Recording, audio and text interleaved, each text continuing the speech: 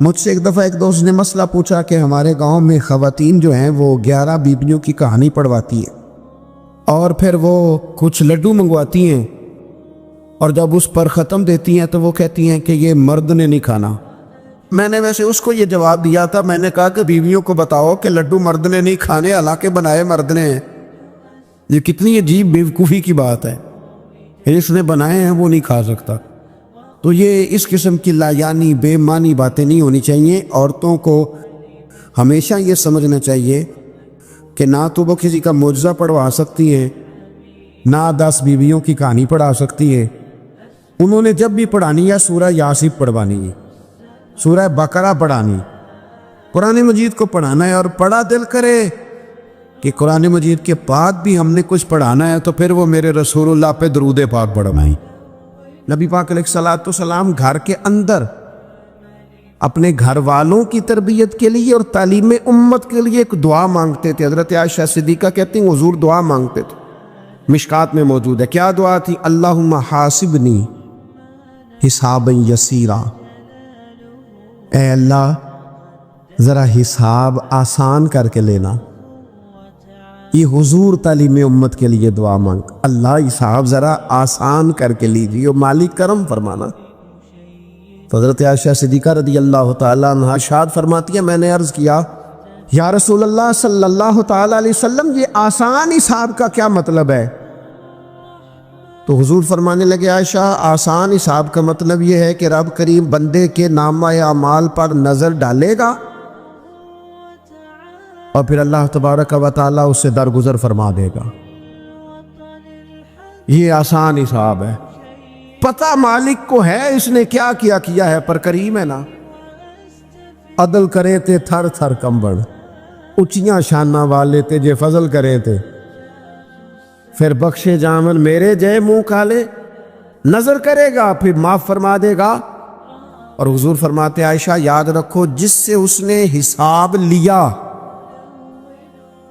وہ پھر بڑی مشکل میں آ جائے گا، اس کے لیے مشکل ہو۔ اللہم حاسبنی حسابا یسیرا، اے اللہ تو حساب ذرا آسان کر کے لینا، ذرا آسان کر کے، اس لیے تعلیم امت کے لیے کہ امت کے دل میں خیال پیدا ہو کہ حساب دینا ہے،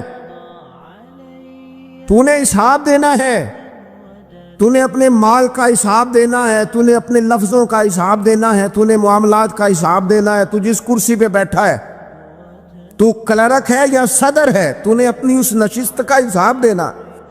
تو استاد ہے یا پیر طریقت ہے، تو مؤذن ہے یا خطیب ہے، تو جو بھی ہے تو نے حساب دینا ہے۔ تجھے تیرے منصب کے بارے میں پوچھا جائے گا، تجھے تیرے عہدے کے بارے میں پوچھا جائے گا، تجھے اپنی ذمہ داریوں کے بارے میں حساب دینا، اللہ کی بارگاہ میں تمہیں جا کے بتانا ہے کہ تم نے کیا اعمال کیے۔ اس تصور کو پکا کرے اپنی، یہ تصور کتنا کو پکا ہونا چاہیے، دنیا کیا ہے اور آخرت کیا ہے۔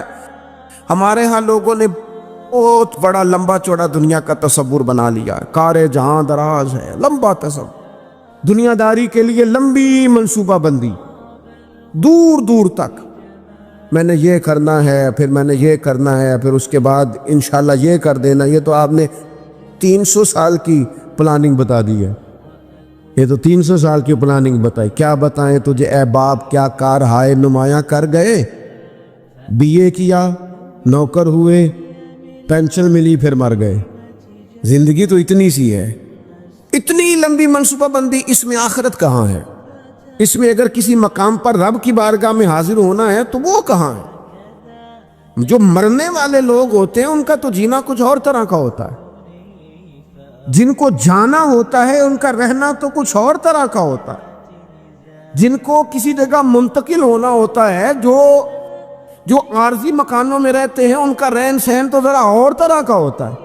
لیکن جو ہمارا انداز ہے، جو ہمارا رہن سہن ہے، جو ہمارا طریقہ کار ہے، وہ تو مستقل رہنے کا ہے، وہ تو لگتا ہے کہ کبھی چھوڑنے والے نہیں ہیں۔ اس میں تو کوئی ایسی چیز نظر نہیں آتی کہ جس میں ہم محسوس کریں کہ ہم نے چھوڑ کے جانا ہے۔ لیکن نبی پاک علیہ السلام نے جس دنیا کو ہم بہت بڑی دنیا سمجھتے، حضور نے اس کی مثال کیا دی؟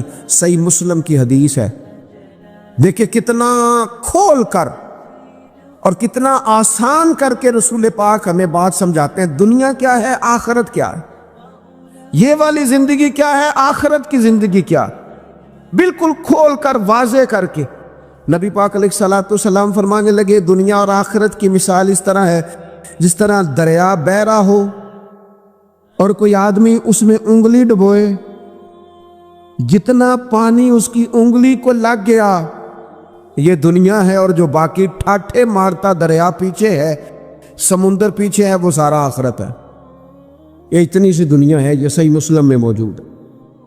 اتنی سی دنیا کے لیے اتنے پاپڑ بیلنا، اتنی سی دنیا کے لیے اتنے ظلم کرنا، اتنی سی دنیا کے لیے اتنے حق ضائع کرنا، اتنی سی دنیا کے لیے اتنے لوگوں کے دل توڑنا، اتنے حقوق پہ ڈھاکہ ڈالنا، اتنا جبر کرنا، لوگوں کا مال کھانا، لوگوں کو تکلیف دینا، عزتیں اچھالنا، اتنی سی دنیا کے لیے۔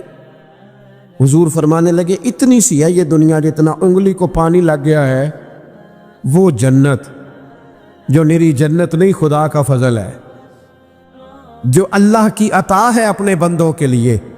میرے کریم فرمانے لگے اس جنت میں وہ نعمتیں ہیں نہ کسی آنکھ نے دیکھی، نہ کسی کان نے سنی، نہ تمہارے دل پر کبھی خیال ہی گزرا ہوگا کہ ہمارا رب ہمیں یہ عطا فرمانے والا ہے۔ تھوڑا سا نا 24 گھنٹوں میں کچھ ٹائم اپنی آخرت کے لیے، اپنے سارے معاملات کو مرتب کرتے ہوئے کچھ زندگی کے کام اپنی آخرت کے لیے۔ آپ یقین کریں بچوں سے لے کر بڑوں تک، ان پڑھ سے لے کر پڑھے لکھے تک، ہم نے جس کو اپنے مزاج کے مطابق کم فہم سمجھا اس سے لے کر دانشور تک دوڑ لگ گئی دنیا جمع کرنے کی۔ وہ ایک سوچ حضرت سلطان باہو رحمۃ اللہ علیہ فرمانے لگے، ہزاروں لوگ ان کی خدمت میں آیا کرتے تھے تو کہتے ہیں رب دا طالب کوئی نہیں ملیا، ات جو ملیا ہے طالب زردہ ہو۔ یہ تو دعا کرانے آئے ہیں کہ میرا کاروبار نہیں چلتا، یہ تو دعا کرانے آئے ہیں کہ جناب وہ میرا جو ہے وہ فلانا کیس الجھ گیا۔ رب دا طالب کوئی نہ مل۔ کوئی ایسا تو آتا جو کہتا میری اس سے ملاقات کرا دے، کوئی طریقہ بتائے مالک معرفت کیسے دیتا ہے۔ کوئی تو ایسا آتا جو کہتا کہ آؤ نا کچھ باتیں درد کی کریں، کچھ عشق رسول کی تم کرو، کچھ محبت مصطفیٰ کی میں کروں۔ کچھ ایسے آتے جو کہتے آؤ نا کو ذکر شیر صدیق اکبر کا، کوئی بات کریں سیدنا فاروق اعظم کی، کچھ تذکرے ہو جائیں عثمان غنی کے، تھوڑی دیر ہو نہ جائے مولا علی کا تذکرہ۔ کچھ لوگ ہوتے نا ایسے جو اس طرح کے ہوتے، لیکن وہ ہر وقت دنیا داری، ہر وقت اچھا کہیں اکتاتے بھی ہیں نا، تھک گئے کاروبار کر کر کے، کہیں اکتاتے بھی ہیں تو کرتے کیا ہیں، سیر کرنے چلے جاتے ہیں۔ میں جی بور ہو گیا ہوں کام کرتے کرتے، چلو میں اب ٹھنڈے علاقے میں چلتا ہوں۔ کبھی تو ایسا ہونا تو کہے میں نے بچوں کو بھی وقت دیا ہے، دوستوں کو بھی دیا ہے، یاروں کو بھی دیا ہے، صحت کو بھی دیا ہے، میں نے ٹائم اپنے شوق کو بھی دیا ہے، اب میں کسی کو ٹائم نہیں دوں گا، یہ چند گھنٹے میں صرف رب رسول کی بارگاہ میں حاضری دوں گا۔ تو ذرا جم کے قرآن پاک پڑھے، تو ذرا ذوق سے درود پاک پڑھے، تو ذرا شوق سے میرے محبوب کی نعت سنے، تو سارا زمانہ بھول جائے اور تو رج رج کے دعا مانگے، اپنے رب کی بارگاہ میں اپنی پریشانیاں عرض کرے، اپنے اندر کی کیفیت بیان کرے۔ دل جو سخت ہو گیا ہے، ذہن جو سخت ہو گیا ہے، جو طبیعت میں وہ نورانیت نہیں آ رہی، اس کی تو بات کرے، تو اپنے رب کی بارگاہ میں معافی کا سوال کرے، تو اس سے قیامت کے دن درگزر کرنے کے لیے عرض کرے، کچھ تو ایسا ٹائم نکلے۔ لیکن دوستو ہم تو بالکل الجھتے ہی جا رہے ہیں۔ وہ معاملات زندگی ہیں کہ ختم ہی نہیں ہو رہے، شوق ہے کہ ختم ہی نہیں ہو رہے، باتیں ہیں کہ بڑھتی چلی جا رہی۔ دور گزر گیا جب لوگ کہتے تھے کہ کوئی درود پاک بتائیں جس سے سرکار راضی ہو۔ ایک کی مسئلہ ہے کام نہیں چلتا، ایک صاحب آئے کام نہیں چلتا، میں نے کہا سورہ واقعہ پڑھا کریں، کہتے ہیں حضرت میں بڑی دیر سے پڑھ رہا ہوں۔ میں نے کہا چلے کوئی صدقات دے کے دیکھ لے، کہنے لگے بڑی دیر سے دے رہا ہوں۔ میں نے انہیں ایک اور وظیفہ بتایا، کہنے لگے یہ بھی مجھے کسی نے بتایا تھا، بڑی دیر سے کر رہا ہوں۔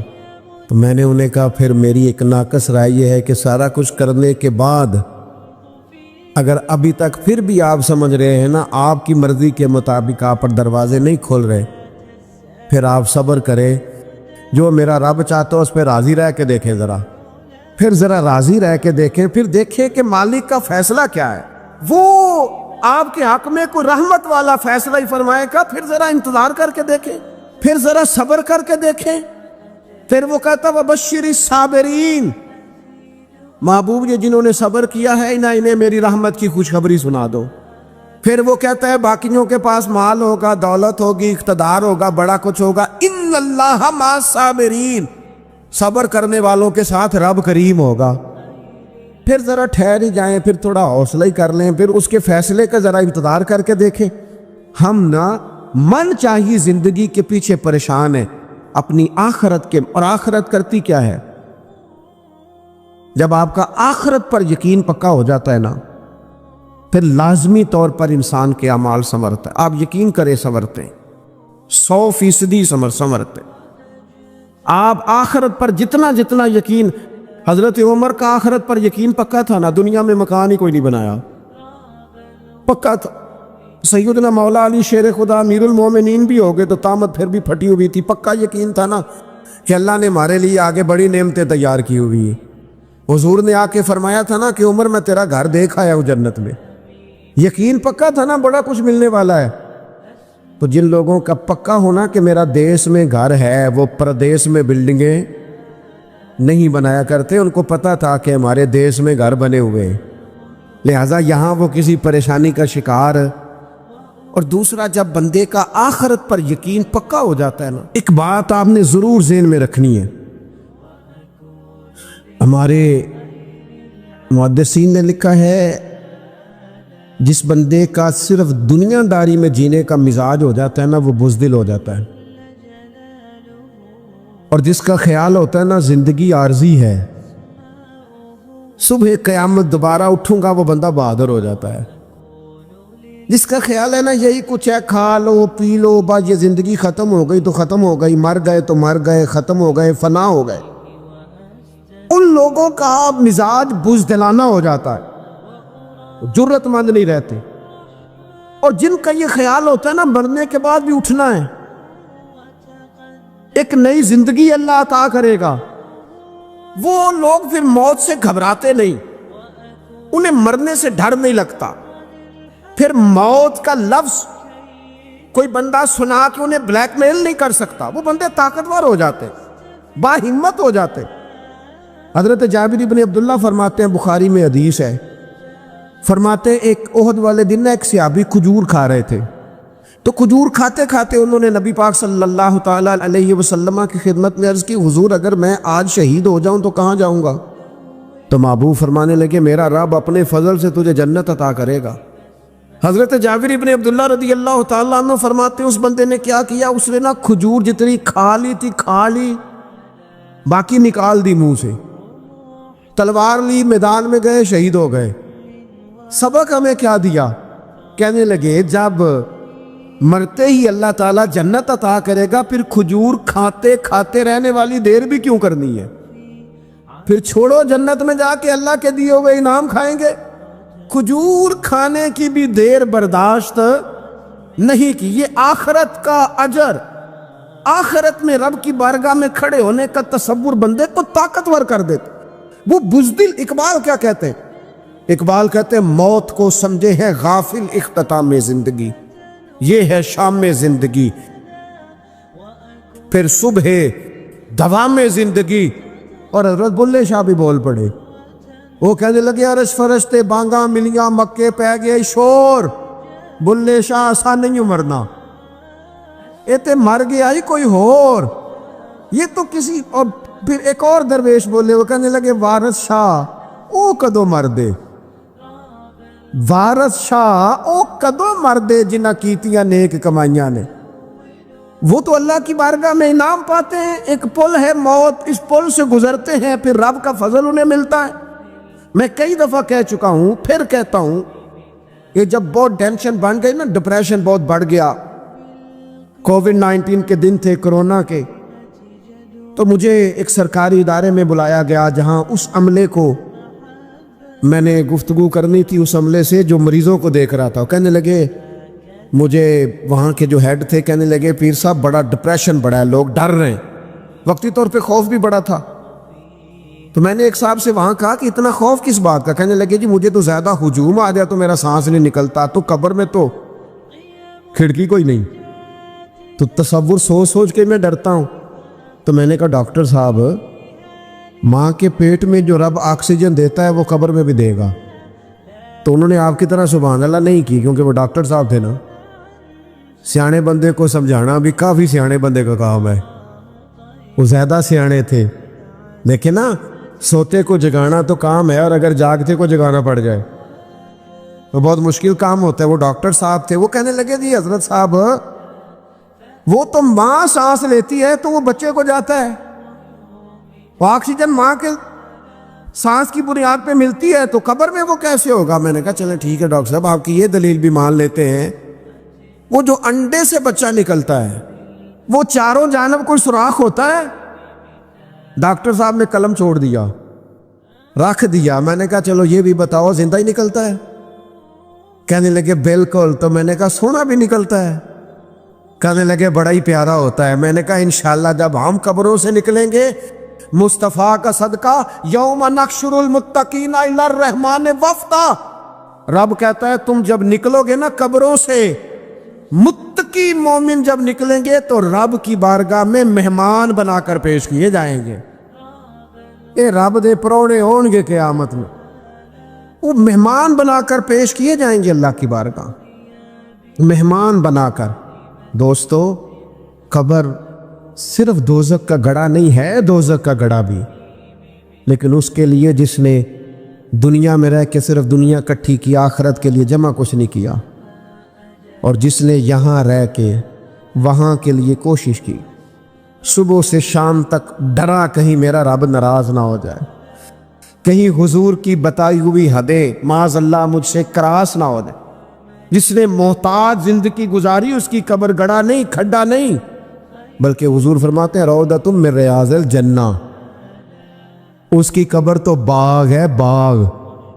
ایک منٹ کے لیے صرف سوچنا بندہ فوت اور سیدھا اسے باغ میں چھوڑا ہے کوئی, باغ ہے قبر, باغ.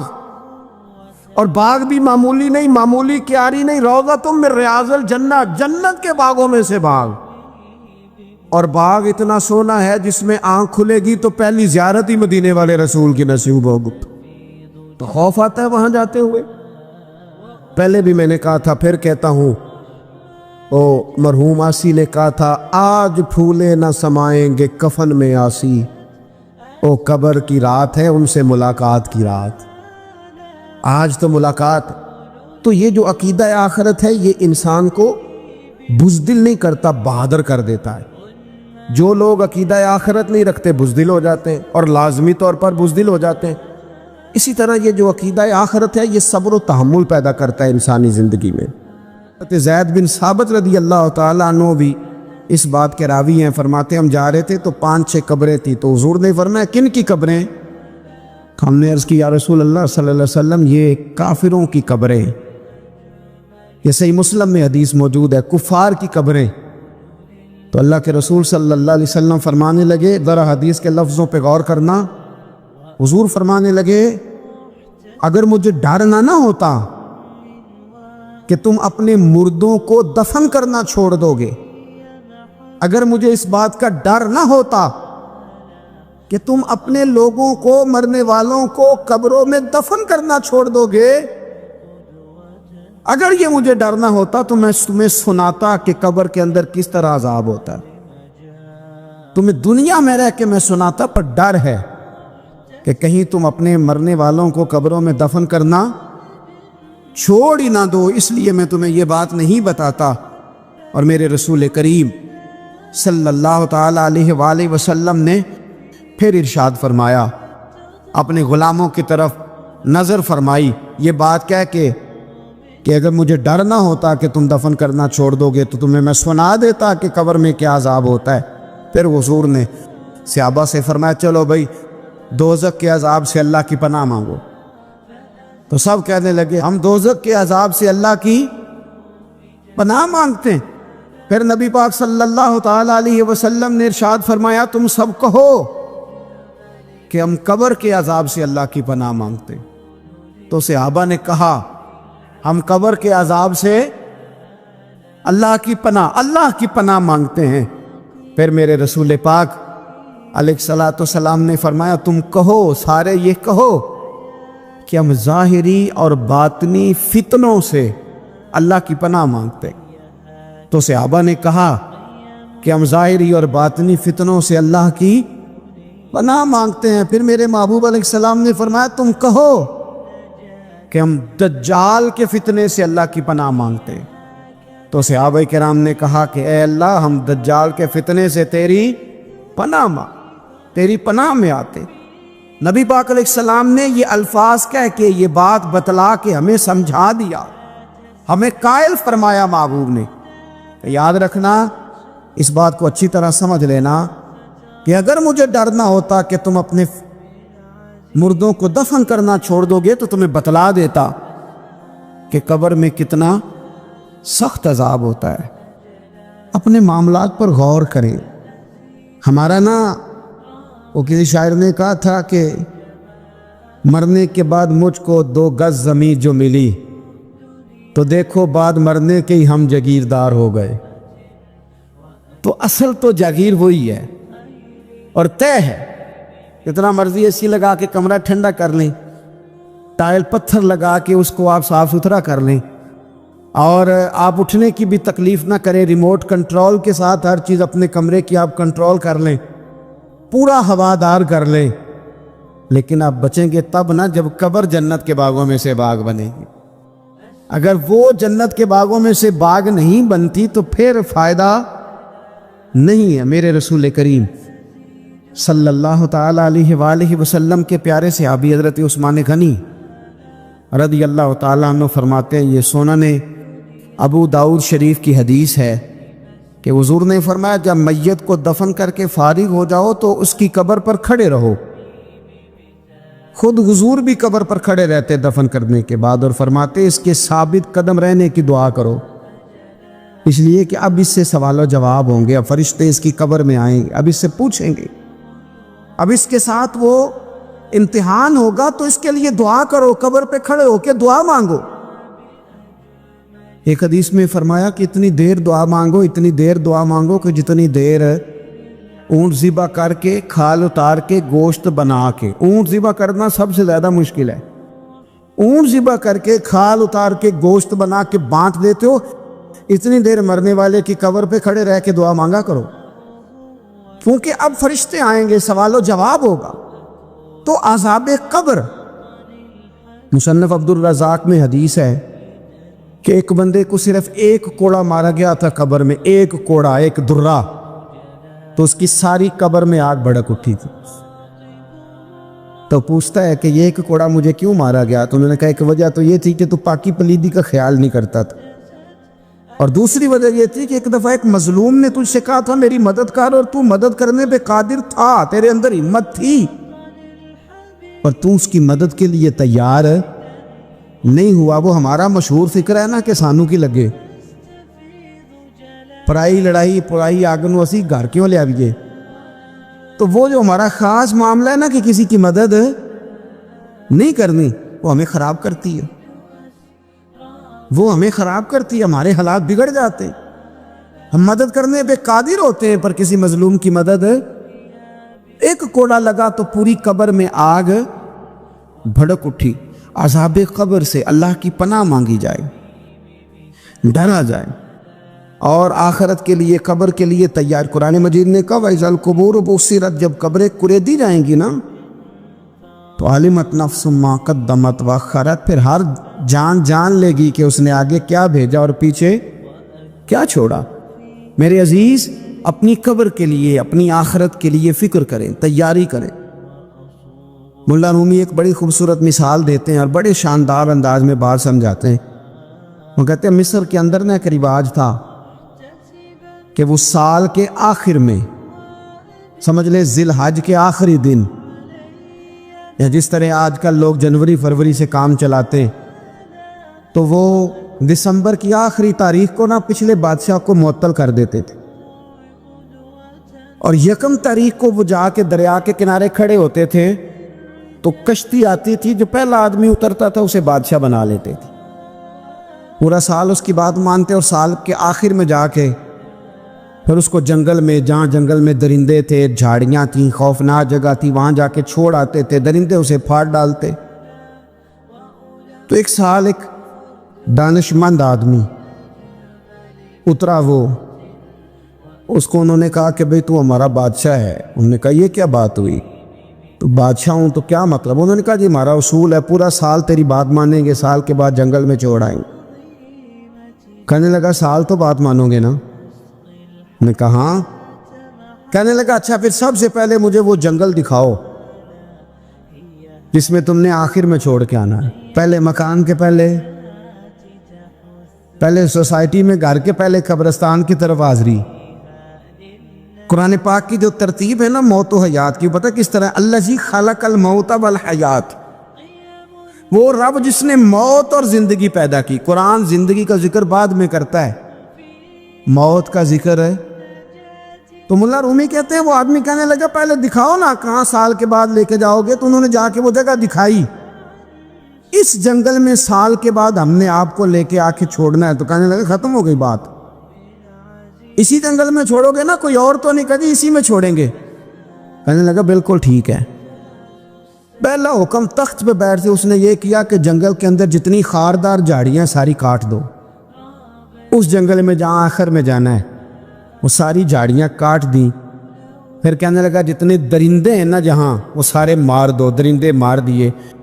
کہنے لگا اب ہل چلاؤ، کیاریاں بناؤ، پھول لگاؤ، گلاب لگاؤ، چنبیلی لگاؤ، کرو اس کے اندر خوشبوئیں۔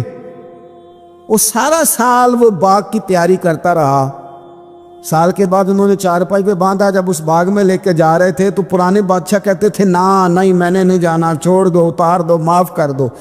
یہ پتہ کیا کہہ رہا تھا؟ کہہ رہا تھا عجلونی، ذرا جلدی کرو، ذرا جلدی کرو، جلدی کرو، مجھے لے جاؤ خبر میں، اور جلدی سے مجھے وہاں چھوڑ کے آؤ جنگل میں۔ کیوں بھلا؟ اس لیے کہ اس نے فارغ بیٹھ کے موج نہیں کی، اس نے اپنی آخری جگہ کے پھل پودوں کی تیاری کی۔ او میرے بھائی، ہمارے پاس پیسہ آتا ہے تو گاڑی نہیں آتی ہے، اگر تھوڑا پیسہ زیادہ بڑھ گیا تو چلو وہاں بھی پلاٹ لے لو۔ کوئی بندہ بھی اپنی آخرت کے لیے، قبر حشر کے لیے سوچنے کو تیار ہے؟ جتنے مکان آپ نے بنانے ہیں نا، بچوں نے بعد میں لڑنا ہے، انہوں نے کہنا کارنے والا ابا مجھے کہہ گیا تھا کارنر والا تیرا ہے، نے کہا تھا مجھے ابا جی، مجھے کہہ گئے تھے کہ تم پہلے بڑا ہو گیا تھا، تو کمائی کرنے لگ گیا تھا، لہذا یہ سارا تیرا ہی ہے۔ وہ سب کو کوئی نہ کوئی بات ابا کان میں کہہ ہی جاتا ہے، سب نے اپنے حصے کی کوئی نہ کوئی بات یاد کی ہوتی۔ ابا نے کہاں جانا ہے؟ جہاں حالت بڑی خراب ہے، جہاں حالات بڑے پیچیدہ ہیں، مہربانی فرمائیں۔ وہ جو تیاری ہے نا آخرت کی، یہاں رہ کے قبر کی تیاری کریں، یہاں رہ کے وہاں کے کیڑے مکوڑے ماریں، پھر وہاں جانے میں کوئی پریشانی نہیں ہوگی۔ پھر تو بندہ بھاگ کے جائے گا، بندہ بھاگ کے جائے گا۔ میں سنیا رات قبر دی کالی، تو پھر کہنے لگے میں تے بھی سنیا اتھے اونے ہونا جدے موڈے کملی کالی۔ تو یہ تو تب ہے نا کہ جب آپ نے اس کے لیے کچھ تیاری کی ہو۔ میرے رسول کریم علیہ السلام نے مومن کی قبر کا حال بھی بتایا۔ یہ تو ہے نا عذاب ان لوگوں کے لیے جو نافرمانی کرنے والے ہیں، یہ ان کی قبر کا حال بتایا۔ تو سنن ترمذی میں، صحیح ابن حبان میں حضرت ابو ہریرہ رضی اللہ تعالیٰ عنہ بیان کرتے ہیں کہ حضور صلی اللہ علیہ وسلم نے فرمایا جب میت کو قبر میں رکھا جاتا ہے تو اس کے پاس سیاہ رنگ والے اور نیلی آنکھوں والے دو فرشتے آتے ہیں اور اس کو اٹھا کے بٹھاتے ہیں۔ باقی حدیثوں میں 3 ہی سوال ہیں، لیکن اس حدیث میں حضور نے فرمایا انہوں نے بس میرے بارے میں ہی پوچھنا ہے، اٹھا کے بس میرے بارے میں صرف یہ پوچھنا ہے، بتا مدینے والے محبوب کے بارے میں دنیا میں کیا کہا کرتا تھا، کیا کہا کرتا تھا ان کے بارے میں دنیا میں۔ تو اعلیٰ حضرت بریلوی تو کہتے ہیں میں نے تو کہہ دینا ہے، سرور کہوں کہ مالک و مولا کہوں تجھے، باغ خلیل کا گل زیبا کہوں تجھے، تیرے تو وصف عید تناہی سے ہیں بری، حیران ہوں میرے شاہ میں کیا کیا کہوں تجھے، لیکن رضا نے ختم سخن اس پہ کر دیا، خالق کا بندہ خلق کا آقا کہوں تجھے۔ اور پیر میر علی شاہ صاحب کہتے ہیں میں نے وہاں یہ کہنا ہے کہ مکھ چند بدر شاہ شانی ہے تے متھ چمک دی لاٹ نورانی ہے، کالی زلف تے اکھ مستانی ہے، مخمور اکھی ہیں مد بریاں، سبحان اللہ۔ ما اجمل کا ما اکمل کا ما احسن کا تے کتھے میرے علی، کتھے تیری ثنا، مشتاق اکھیں کتھے جاڑی۔ تو نبی پاک علیہ السلام فرماتے ہیں میرے بارے میں پوچھیں گے، میرے بارے میں۔ ویسے بھی ایک سوال لازمی ہوتا ہے نا، یہ والا سوال لازمی ہے، من ربو کا پوچھ کے نا تو جنت جہنم کا فیصلہ نہیں، ماں دینو کا پوچھ کے جنت جہنم کا فیصلہ۔ ہاں بات اگر ختم ہونی ہے تو مدینے والے کے سوال پہ ختم ہو، اس لیے کھل کے نعتیں پڑھا کرو، راج کے درود پڑھا کرو، یہ بات یاد رکھیں، یہ فیصلہ حضور کی ذات پہ ختم ہونا ہے۔ میرے نا وہ شکایتیں کرتے ہیں نا لوگ آ کے، تو ایک بچی کو ہمارے ہاں داخل کرانے کے لیے ایک صاحب لے کے آئے، جو کہنے لگے بڑا عرصہ اسے فلانے مدرسے میں داخل کرایا، سوائے نعتوں کے کچھ بھی نہیں سیکھا اس نے۔ تو میں انہوں آکھیا چاچا جی جڑی اصل کام سی وہ تو سیکھ گئی ہے نا تہاڈی بچی، قرآن و سنت بھی حضور کی نعت ہی ہے، لیکن آپ کو پتہ ہے کہ بات ختم مدینے والے کی نعت پہ ہی ہوتی ہے، حضور کا پیار اصل ہے۔ تو حضور فرماتے ہیں میرے بارے میں پوچھا جائے گا، وہ کہے گا کہ ان کے بارے میں کیا پوچھتے ہو، اشہد ان لا الہ الا اللہ واشہد ان محمدن عبدہ ورسولہ۔ تو فرماتے ہیں پھر اسے نا ایک طرف کھڑکی کھولی جائے گی تو جہنم کا دروازہ دکھایا جائے گا، اور اسے کہا جائے گا اگر تو سوالوں کے صحیح جواب نہ دیتا تو دوزخ میں جاتا، لیکن اب تو نے صحیح جواب دیے ہیں۔ تو حضور فرماتے ہیں اس کی قبر 70 گز چوڑی اور 70 گز لمبی کر دی جائے گی۔ کتنی جی؟ مسجد میں اے سی والے حال میں جگہ مل جائے تو بندہ بڑا سکھی رہتا ہے، اور صبح جائے بینک اور پہلی لائن میں موقع مل جائے تو بندہ بڑا سکھی رہتا ہے کہ میرا جاتے ہی کام ہو گیا۔ او خدا کے بندے، قبر بندے کی قبر، مکان اچھی سوسائٹی میں اچھا خستہ اور سستا مل جائے تو بندہ کہتا ہے کہ سودا بڑا واردہ لب گیا، بھائی بڑا کمال ہو گیا، مزہ نہیں آ گیا۔ قبر 70 گز لمبی اور 70 گز چوڑی، اور یہ ترمذی شریف پڑھ رہا ہوں، بڑی مزیدار حدیث۔ نبی پاک صلی اللہ علیہ وسلم فرمانے لگے پھر اس کی قبر کو نور سے بھر دیا جائے گا۔ حضور کو پہچان گئے نا، قبر نور سے بھر دی گئی، اور جب 70 گز لمبی کر دی گئی تو بڑے پیارے لفظ ہیں حدیث کے۔ حضور فرماتے ہیں وہ بندہ پھر فرشتوں سے ایک بات کہے گا، عربی میں بھی ہے اردو میں بھی ہے، پر میرا دل کرتا ہے پنجابی میں بتاؤں۔ وہ نا فرشتوں سے وہ بندہ کہتا ہے جب قبر ہو گئی نا 70 گز لمبی 70 گز چوڑی اور نور سے بھر گئی، قربان جائیں، حضور فرماتے ہیں وہ مردہ وہ جو قبر میں پہنچا ہے، جب اس کی قبر کو یہ شان ملتی ہے تو فرشتوں سے پتہ کیا کہتا ہے؟ کہتا ہے میں گھر نہ دسا ہوں جا کے، یہ ذرا گھر نہ بتاؤں دوڑ کے، یہ ذرا میں اپنے گھر بتاؤں بھاگ کے کہ اللہ نے بڑی خیر کر دی، اپنی اماں نو دسا ہوں، اپنی اماں نو میں بچوں کو بتا کے آؤں کہ موج بن گئی ہے، میں بتاؤں اپنی بیوی کو، بتاؤں اپنے بہن بھائیوں کو، میں کار نہ دسا ہوا۔ قربان جائیں میرے رسول کریم علیہ السلام فرماتے ہیں فرشتے اس سے کہتے ہیں نہیں تو کسی کو نہ بتا، نم کا نومت العروس، تو اس طرح سو جا جس طرح پہلی رات کی دلہن سویا کرتی، وہ بڑے چاؤں میں سوتی ہے، وہ بڑے پریم میں سوتی ہے، نئی زندگی کا آغاز ہوتا ہے تو سوتی ہے، اور فرشتے کہتے ہیں اب تجھے وہی آ کے جگائے گا جو تیرے اہل میں تجھے سب سے زیادہ محبوب ہوگا، جو تجھے سب سے زیادہ محبوب ہوگا۔ میرا تو ایمان ہے کہ ہمیں تو قبر سے آ کے جگائیں گے بھی مدینے والے رسول، سہیں گے آؤ غلاموں چلیں، آؤ غلاموں۔ اور وہ کشمیر کے رومی وقت نے میاں صاحب نے کہا تھا بعد مرن دے قبر میری تے میرے اپیرا جے کر پامے تیرا۔ اب حسن دیکھے کلام کا اور انداز دیکھے، بعد مرن دے قبر میری تے میرے اپیرا جے کر پامے تیرا۔ تے قبر دے وچوں ہڈیاں اٹھ کے مجرا کر سن تیرا. ایک دفعہ آ تو صحیح, میں لوگوں کو وجد کر کے دکھاؤں گا کہ دیکھو نا وہ آ جائے, وہ آئے ہیں میرے مزار پہ آج, دیکھو ذرا رنگ تو دیکھو کس طرح نرالا اور انوکھا ہو گیا. وہ خود آئے ہیں.